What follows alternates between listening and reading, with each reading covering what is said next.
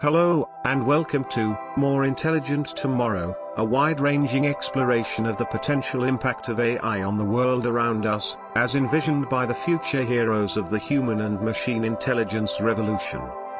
How to innovate and support the health and social care of 2.8 million residents with AI. We'll discuss this and more with Graham Beales on today's episode. And now, your host, Ari Kaplan. Hi everyone. I'm very pleased to have Graham Beales on with us.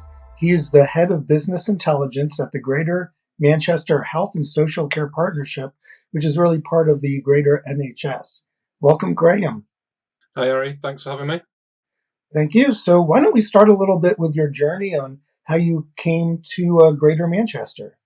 Greater Manchester's a city region with about 3 million population, where we are the first health and care system in England to get devolved status, and that means that we get more control over the decisions that we can take and how we spend the money and the areas of specialties that we get into. And that was a really exciting project for me to want to get involved in. And as soon as an opportunity came up, I was excited to be there. What type of services and healthcare do you provide at Manchester? The services provided by the NHS in the UK are quite holistic. So they reach all the way from mental health services across to your acute critical care, cancer services, community-based care, and then social care within the adult social care and children's social care umbrellas. Reach out into specialist sort of support and preventative services in the community. You're improving people's lives, you're prolonging people's lives, you're even saving people's lives and their physical and psychological well-being.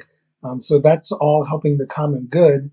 And part of that, there's trust, to maintain healthcare, you need some trust in these AI-driven models. So what are some of your thoughts on understanding and trusting the AI-driven insights? Yeah, it's a really interesting question, because I suppose a lot of industry, they're interested in the quality of their customer service, or they're interested in the turnover that they make or the profit. In our instance, we're looking at outcomes for people's lives and how they're affected by their health and well-being.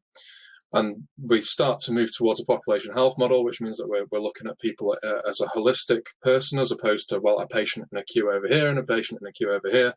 And that joined up approach really starts to help us to understand the complexities.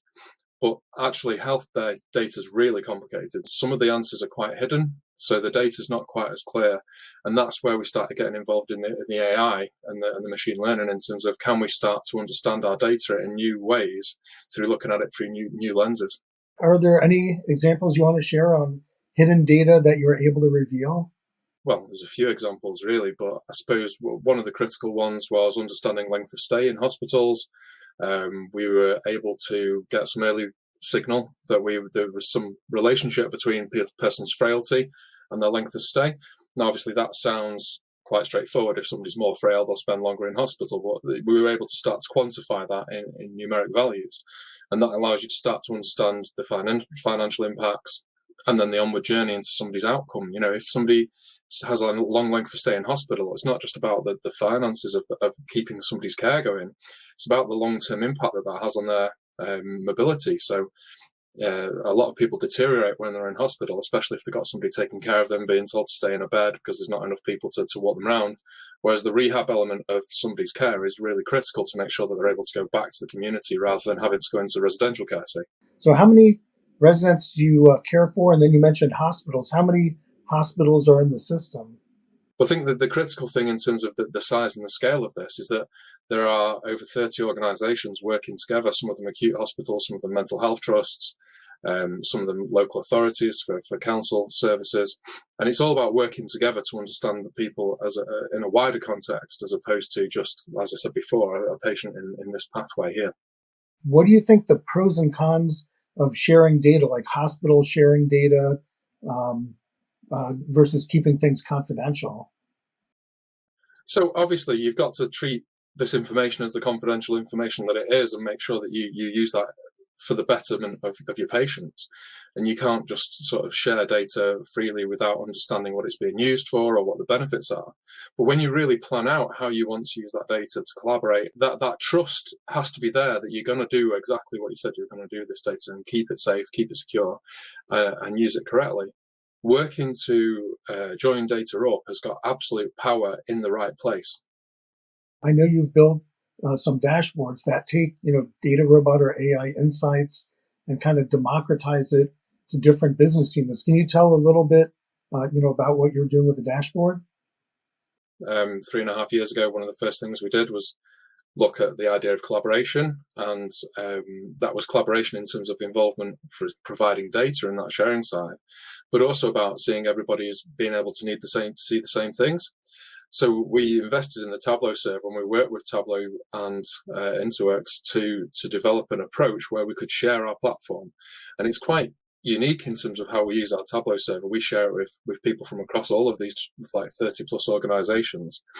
And there's a transparent nature to that approach, which is that if we put something on our site and we produce it, everyone gets to see it. We don't hide things behind different silos, because that helps to breed that level of trust and that integrity in what we're trying to do. That led us to developing a live A&E dashboard where we can see across the 11 hospital sites and also the ambulance service to see how many ambulances were en route, how many were outside the hospital, how many people were inside the department, how long they'd waited, what stage of the journey they were in, if they were needed to be admitted to a bed, some high-level demographics of these people. When the idea of the machine learning aspect to this was, how do we understand more about pressure inside the department? So you could look at the number of people, you could look at the number of ambulances outside, but they didn't really denote whether there was a pressure there that was building and growing. So we took this data and we ran it through the AI platform in DataRobot, and we were able to quickly understand where the signal was in our data. And we were able to build a model that predicted the likelihood of people being in the department for 4 hours or more. And that's one of the targets in the UK is 90% of your patients going through the department within 4 hours. We took that breach predictor and then turned that into colour on the chart, on the same chart, on the bar chart that showed us the different levels in the department. And that brought a new dimension to what we were able to see around system pressure. That's really adding value, and that's one that we've got in production and is being used today. Gave a great phrase, new dimension. So these are new insights, and it's something that the internal staff can clearly use to improve their operational efficiencies. But do you see AI, either what you're doing now or potentially as a use case where you can better predict, where do you have the ambulances sitting and waiting around the city to get to people faster? Yeah, absolutely. There's so many things that play into where you're going to see those pressures. I know that our ambulance service does look at things like, are the football teams at home, or, is there a particular event that's going on that might cause people to go out and have a bit too much more fun? So there's massive opportunities. And then in terms of resourcing, like you talked about the stationing of ambulances, but more importantly, can we plan our staffing more effectively around the times of the day that we're going to need the surges of people coming in? So there's literally limitless use cases in healthcare. And the podcast is called More Intelligent Tomorrow. So where do you think the industry is going, let's say 5 or 6 years from now? Well, one dares to dream that this is a fascinating space that's moving very quickly, and it's moving quickly due to the technological advances. Our compute power and our ability to store and process data is inconceivable 5 years ago. What I foresee for health and social care services is how we start to personalize this more. So one of the things that we're looking at is pods, which are patient-owned data, that would allow us to capture things like their pedometer, the number of steps that they're doing, and you'd hope that could become part of their patient record, so they're able to share that information into their record, and then potentially we could use that to understand whether or not somebody's improving or deteriorating. If somebody's starting to deteriorate in the number of steps, is that an early warning that we would never have seen before somebody arrived at hospital? Can we intervene before that and offer some rehabilitative service or some preventative service to get somebody back on their feet, less frail? It could be down to something like dehydration, where somebody at the moment would dehydrate unknown to anybody, that would reduce their mobility, and that would result in a fall. That fall would result in a broken hip, and then they're unable to look after themselves anymore after that life-changing event. Potentially, we could intervene early and be made aware by sharing not just the data that we capture in the health service, but data that people capture every day and take for granted on their mobile phone or their smartwatch, or and some of the things that we're doing in terms of hospital wards at home. So the Lycra team that I work with, their role is to innovate in technology, and they are looking at set-top boxes that would allow you to essentially monitor a person from their own house, which at the moment we're trying to reduce the number of people on our wards with the COVID pandemic. It's really topical, but going forward, the way that you're going to become more efficient in healthcare delivery is to utilize what people already have, and they already have a bed and a house and a roof and heating, and what they don't have is the ability to have medical equipment in their house. But as technology moves on, why can't we get into that space? And I think wearable tech and all those sorts of things have got a real role to play in what we're going to be able to do, because a model is only as good as the data that it has. And if we can add the right data and the right signal, then we can start to make some real difference to people's lives, I think. Yeah, absolutely. And where do you see 5 or 10 years, like embedded sensor devices in your biology of the human? Well, so it's been something that's fascinated medical science for a long time in terms of what the art of the possible is. Why not, really? If that's the way that we can go about improving people's lives, potentially you could bring back people's sight, or you could at least provide more of a view of the world than just the senses that somebody's been left with. There's a whole host of applications that get more and more complicated when you look at some of the ways that brain surgery's evolved, or some of the treatment therapies in cancer, where we're trying to tag individual specific proteins. And if we've got people coming in that are on a waiting list every 12 months to come for a scan to check whether something's come back or not, there's the potential that we could implant something that says, well, this will detect changes in your blood or your body, that would alert us, so you can go freely about your life and not have a scan every 12 months to worry that you're going to get worried about and you don't know. And the most likely outcome is that you're going to go get a clear diagnosis. But actually, having an implant that will last 10 years and take that away from somebody, they'll be able to monitor the situation. Those sorts of things are really, really important. Sort of downside to that is that digital isolation for some people. So those who aren't digitally engaged, that could lead to digital isolation. I think we need to keep an eye on that. But in terms of what the art of the possible is, it's broadening, and it's broadening year on year in terms of the ability to conceive what might happen. Then, as you said, there are some inequalities in society and poor health outcomes. And I know that that's a personal, driver for you. Can you tell more about your thoughts around inequality and how you can help address that? Absolutely. So we will only improve as a society, and we will only get to where we need to by dealing with these inequalities. And the health inequalities are really stark. Some of the variance in life expectancy, and then healthy life expectancy, which is the period somebody would be, in good health, they vary massively across the country. And there's significant evidence to suggest that is down to some of the demography, but more importantly, probably prosperity as individuals is the key driver behind it. If you're in employment, that's a really strong driver for living in good health. If you're not, then it's a strong driver for deterioration. And by working through some of these problems at a holistic level, we're able to start championing the idea that the way we stop prisons being overrun is by investing in the youth and making sure there's opportunities for people to get an employment. And the way that we reduce mental health problems is reduce people's financial burdens and the worry they have there. And it's those social problems that actually end up being a health problem 30 years down the line. Typically every 50, 100 years or so, the next pandemic or the next major infectious disease pops up. Do you think society is going to learn from this? Learning meaning like having data-driven systems in place that better predict and address supplies, quicker vaccines? Or do you think we're just going to take this, get back to normal, and not worry about it, and we'll get hit again? I mean, it'd be a pretty expensive example to not learn from, wouldn't it? I think in terms of the financial impact globally and the length of time that that's going to ring through societies, I think absolutely lessons will be learned.